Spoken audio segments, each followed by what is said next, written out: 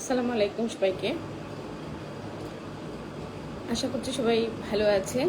আজ আমি আজকের এই বিশেষ লাইভের উদ্দেশ্য হচ্ছে, যেহেতু আগামীকাল থেকে পরীক্ষা শুরু, ব্যবহারিক পরীক্ষা, তাই জীববিজ্ঞান বিষয়ে কিছু কথা বলার জন্য আমি আজকে এসে উপস্থিত হয়েছি। আমরা জানি যে এনসিটিবি প্রদত্ত পুনর্বিন্যাসকৃত সিলেবাস আমাদের ব্যবহারিক যে পরীক্ষণগুলো ছিল, এই পরীক্ষণগুলো তোমরা সবাই জানো যে আমাদের এনসিটিবি প্রদত্ত হচ্ছে মোট 6টা।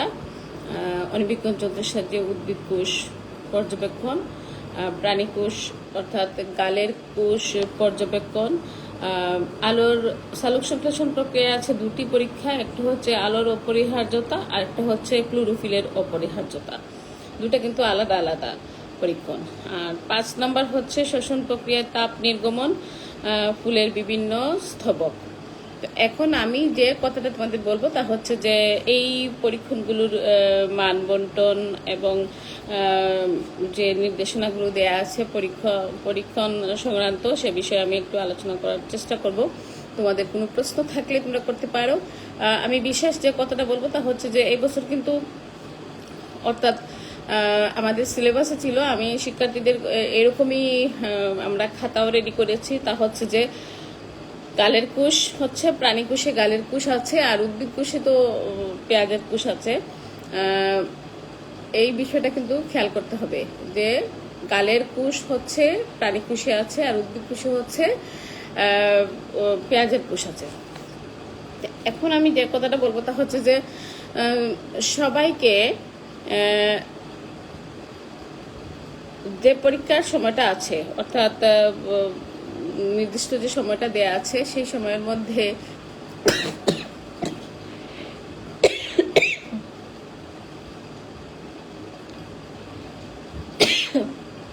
কি কি করতে হবে তা নিয়ে আমি একটু আলোচনা করছি।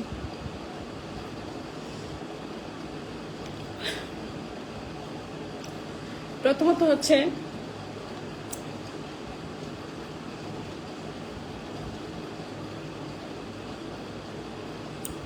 এই যে পরীক্ষণটা আছে,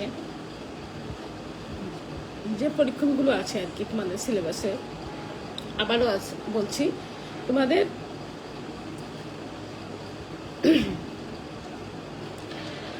কিন্তু এবছর সিলেবাসে আছে হচ্ছে 6টি পরীক্ষণ।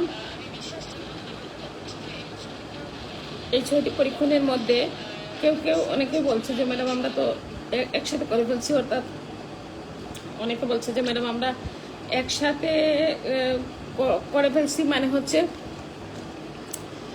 উদ্ভিদ কোষ, প্রাণী কোষ। অনেকে আমাকে মেসেজ দিয়েছিল যে ম্যাডাম আমরা তো একসাথে করে ফেলছি দুটা, এগুলো সমস্যা না। তোমার যদি লেখার সময় কিন্তু তুমি আলাদা করে, অর্থাৎ প্রাণী কোষ লিখলে শুধু প্রাণী কোষ, উদ্ভিদ কোষ লিখলে শুধু উদ্ভিদ কোষ সম্পর্কে লিখতে হবে, এরকমই নির্দেশনা। যেহেতু 6টা পরীক্ষা আছে, আলাদা আলাদা করে দেয়া 6টার মধ্যে আমি আবার বলছি উদ্ভিদ কোষ তোমার সিলেবাসে আছে কিন্তু 6টা। এনসিটিবি প্রদত্ত যে সিলেবাস আছে, ওই সিলেবাসে আছে মোট 6টা। কি কি আছে? অণুবীক্ষণ যন্ত্রের সাথে প্রাণী কোষ, উদ্ভিদ কোষ, দুটা তো আছে, আর সাথে সাথে আছে সালোক সংশ্লেষণের 2টা। একটা হচ্ছে ক্লোরোফিলের অপরিহার্যতা, আর একটা হচ্ছে আলোর অপরিহার্যতা। ওই হলো 4টা।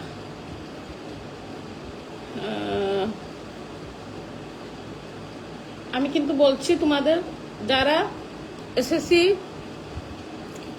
2026-এর যারা, তাদের জন্য 2026-এর যারা, তাদের সিলেবাসের আলোকে হচ্ছে এই 6টা। পেঁয়াজের কোষ, গালের কোষ 2টা, আলোর অপরিহার্যতা, ক্লোরোফিলের অপরিহার্যতা, সালোক সংশ্লেষণ প্রক্রিয়া হলো 4টা। তারপর হচ্ছে শ্বসন প্রক্রিয়া, তাপ নির্গমন, আর ফুলের বিভিন্ন স্তবক। এখন তোমাকে কি করতে হবে, এই যে পরীক্ষণগুলো আছে, এই পরীক্ষণগুলোর মধ্যে যে কোনো একটি তোমার টিচার যেটা তোমাকে দেন, সেই পরীক্ষণটি হচ্ছে খাতায় লিখতে হবে। যেভাবে তুমি প্র্যাকটিক্যাল খাতাটা রেডি করেছো, ঠিক সেভাবেই খাতায় লিখতে হবে। এবং খাতায় লেখার সময় খেয়াল করতে হবে যে চিত্রটা খুব গুরুত্ব দিয়ে চিত্রসহ সম্পূর্ণ সব কিছু পরীক্ষণে যা যা খাতায় যেভাবে তৈরি করেছো ঠিক সেভাবে পরীক্ষার খাতায় তোমরা লিখতে হবে পুরো পরীক্ষণটি। আবারও বলছি, খাতা তুমি যদি একসাথে করে ফেলো উদ্ভিদ কোষ প্রাণী কোষ সমস্যা নাই, কিন্তু তুমি ওইখানে যে কোনো একটি পরীক্ষণ লিখতে হবে, অর্থাৎ হয় উদ্ভিদ কোষ না হলে প্রাণী কোষ, যে কোনো একটি আলাদা করে দেয়া সিলেবাসে কিন্তু আলাদা করে দেওয়া আছে, আলাদা করে তোমাকে চাইবেন শিক্ষক, হয়তো উদ্ভিদ কোষ না হলে প্রাণী কোষ। এখন আলোর বেলাও আলোর অপরিহার্যতা অথবা ক্লোরোফিলের অপরিহার্যতা। আবারও বলছি, পরীক্ষণ যেটাই হোক ওইটা সম্পূর্ণ পরীক্ষণ তুমি চিত্র সহ লিখবে তোমার যে খাতাটা আছে সেই খাতায়। এবং লেখার পর যে কাজটা তুমি করতে হবে, 1 নম্বর গেল এটা পরীক্ষণ।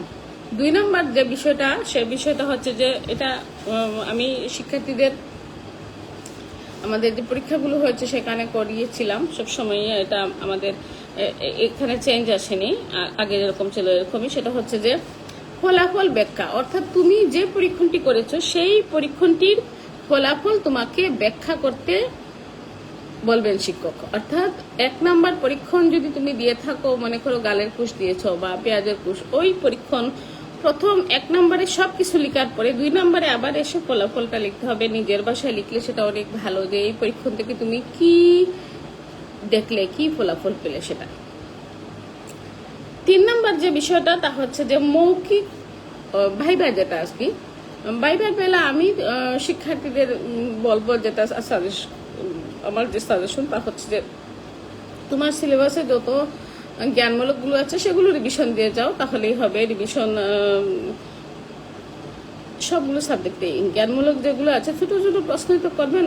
তোমার পরীক্ষণগুলো থেকে শিক্ষক প্রশ্ন করতে পারে, তোমার পরীক্ষণের নামটা কি, অনেকে আছে নামটাই বলতে পারে না, পরীক্ষণের নামটা কি, কিংবা এই পরীক্ষণ সংক্রান্ত যে তুমি কোন পরীক্ষণটা করেছো ফুল নেমটা বলো। তারপর হচ্ছে যেমন সালোক সংশ্লেষণের পরীক্ষণটা করলে তুমি সালোক সংশ্লেষণ কি, ক্লোরোফিল কি, এইরকম প্রশ্নগুলো তোমাকে যে আহামরি খুব কঠিন কিছু ধরবেন তা ভয় পাওয়ার কিছুই নেই। এখানে 4 নাম্বার আছে, অর্থাৎ পরীক্ষণ 15, ফলাফল ব্যাখ্যাতে 4, মৌখিক অভিজ্ঞা বা যে তোমার যে ভাইবা যেটাকে বলি আমরা, ভাইবাতে আছে 4, এবং ব্যবহারিক খাতাতে হচ্ছে 2। ব্যবহারিক খাতায় যে বিষয়টা তোমাদের শুধু খেয়াল করতে হবে আর কি, যে টিচারের সিগনেচার আছে কিনা এবং তোমার যে সিলেবাসটা দেয়া আছে সেই সিলেবাসের সবগুলো তোমার খাতায় আছে কিনা। এখন তোমার এখানে আছে 6টা, তুমি 10টা করার তো দরকার নাই, তুমি 6টাই করবে, 5টাও করবে না, 6টা করবে। এই 6টার মধ্যে আমি আবার বলছি, যদি একসাথে করে ফেলে, অনেকে একসাথে লিখে ফেলছে, ম্যাডাম আমি একসাথে লিখে ফেলছি, আমাকে 2-1 মেসেজ দিচ্ছে, সমস্যা না, একসাথে থাকুক, তুমি তো একসাথে 2টা লিখবে না, লিখবে তো একটা, সে হিসাব করে তুমি কিন্তু 6টাই ধরবে, যে 6টাই আছে তোমার এখানে। কি 6টা আছে? পরীক্ষণ 6টা আছে, অর্থাৎ অণুবীক্ষণ যন্ত্রের 2টা পরীক্ষায় লিখলে কিন্তু হয় উদ্ভিদ কোষ না হলে প্রাণী কোষ লিখতে হবে। ঠিক একইভাবে সালোক সংশ্লেষণের 2টা। সুতরাং তুমি যে পরীক্ষণটি লিখো সেটা চিত্র সহ অবশ্যই যাওয়ার আগে প্র্যাকটিস করে যাবে বাসায়, যে পরীক্ষণটা বায়োলজির ক্ষেত্রে বিশেষ করে এটা কিন্তু নিয়ম হচ্ছে যে তুমি পরীক্ষণ করবে, করে সেটা সম্পূর্ণটা খাতায় তুলবে চিত্র সহ।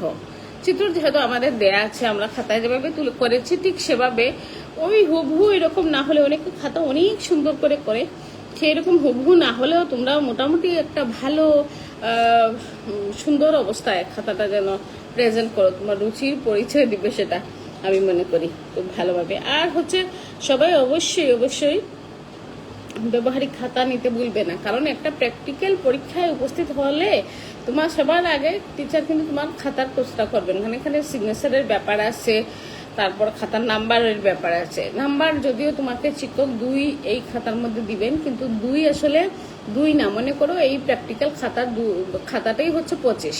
তোমার একটা তা খাতা নিয়ে গেলে তুমি খুব ভালো পরীক্ষা দিলেও টিচারের মানে খুব মেজাজ খারাপ হবে, যে এত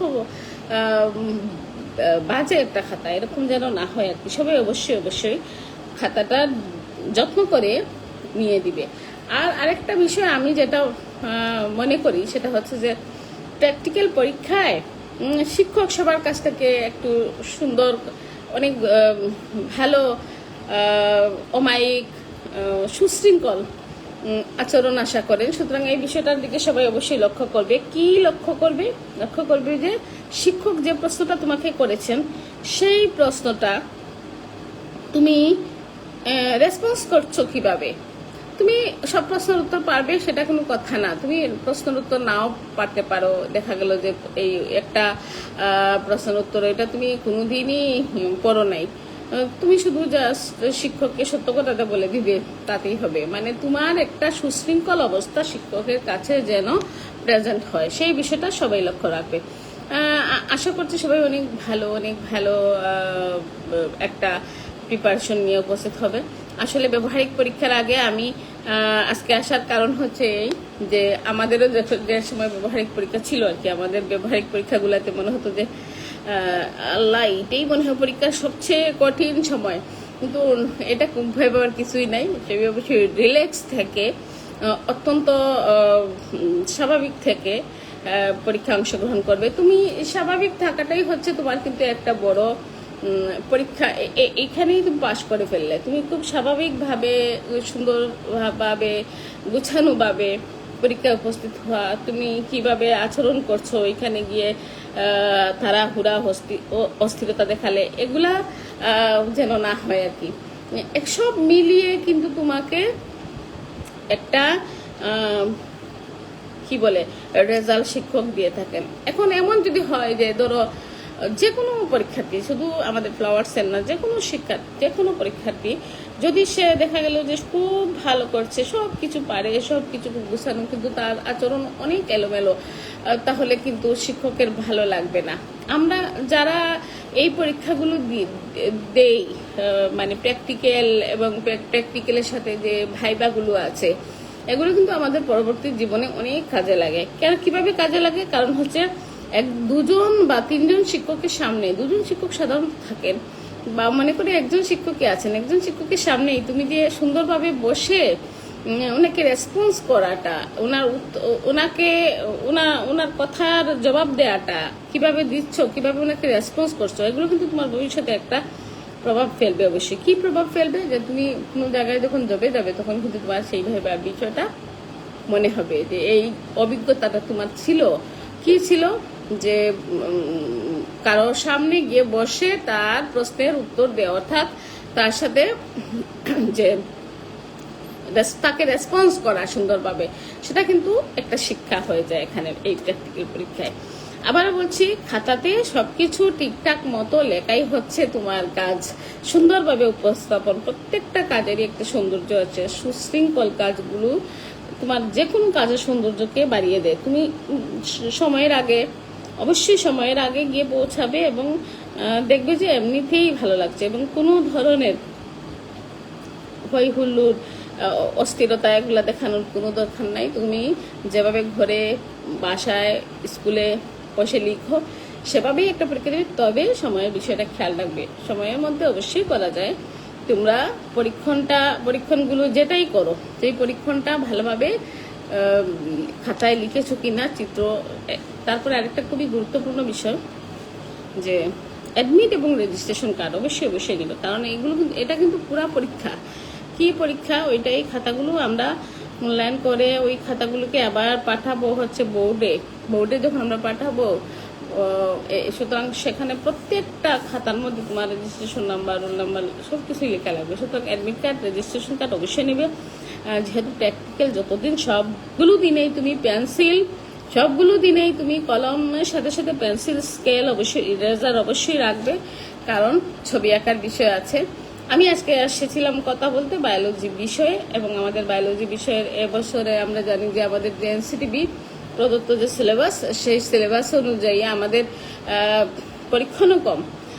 কিন্তু যারা আগের বছরের, অর্থাৎ যারা হচ্ছে 2025 ব্যাচের অনেকেই অনিয়মিত যারা শিক্ষার্থীরা আছো, তোমাদের সবার জন্য কিন্তু খেয়াল করতে হবে যে তোমাদের যে খাতাতে যে কয়েকটা আছে, অর্থাৎ 25-এর যারা আছো তাদের জন্য কিন্তু প্রাণী কুশে নেই, গালের কুশ নেই, অর্থাৎ এমিবা আছে। অর্থাৎ খাতার মধ্যে যদি এমিবা থাকে, 25 ব্যাচের যারা পরীক্ষা দিবে অনিয়মিত, যে কোনো কারণে হোক অনিয়মিত হয়ে যায় অনেকে, যদি 25 বছর কেউ থাকো পরীক্ষার্থী, তাহলে মনে রাখবে যে তোমার এখানে কিন্তু নতুন সিলেবাসে না, আগের সিলেবাসে পরীক্ষা হবে। পরীক্ষাটা কি হবে?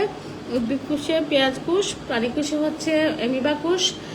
তারপর তোমাদের খাতার মধ্যে আছে, তোমাদের সিলেবাসে ছিল গর্ভাশয় প্রস্থ হচ্ছে, তোমাদের সিলেবাসে ছিল উদ্ভিদের ওষুধ তুলন, তারপরে হচ্ছে শরীরচর্চার আগে ও পরে ব্লাড প্রেশার মাপা, তারপরে শ্বসন প্রক্রিয়া তাপ নির্গমন ছিল, অবিশ্রবণ ছিল, প্রস্বেদন ছিল, আর সালোক সংশ্লেষণের আলোর অপরিহার্যতা ছিল।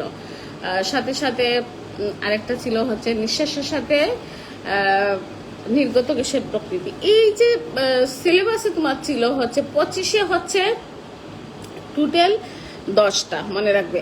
আর 26-এ এসে সেই সিলেবাসে এসেছে হচ্ছে 26-এ এসে হয়েছে কয়টি? 6টি। মানে আমাদের তো আমরা জানি পুনর্বিন্যাসকৃত সিলেবাসে কিন্তু আমাদের অনেক অধ্যায় নেই, সুতরাং ওই অধ্যায়গুলোর প্র্যাকটিক্যালগুলোও নেই।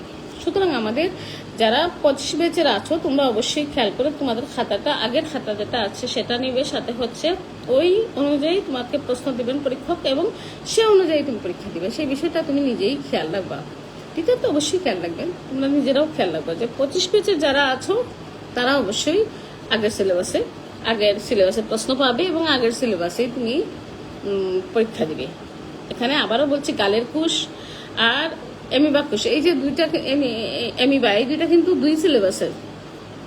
26-এ হচ্ছে গালের কোষ, আমি করাইছি খাতার মধ্যে সবাইকে সেই সিলেবাসের প্রথম থেকেই, আর হচ্ছে সেই ওদের 10ম শ্রেণীর প্রথম দিকেই। এবং যারা আগের 25 ব্যাচে তাদের কিন্তু আমরাও করাইছি এনসিটিভির নিয়ম অনুযায়ী যে অ্যামিবা, গালের কোষ।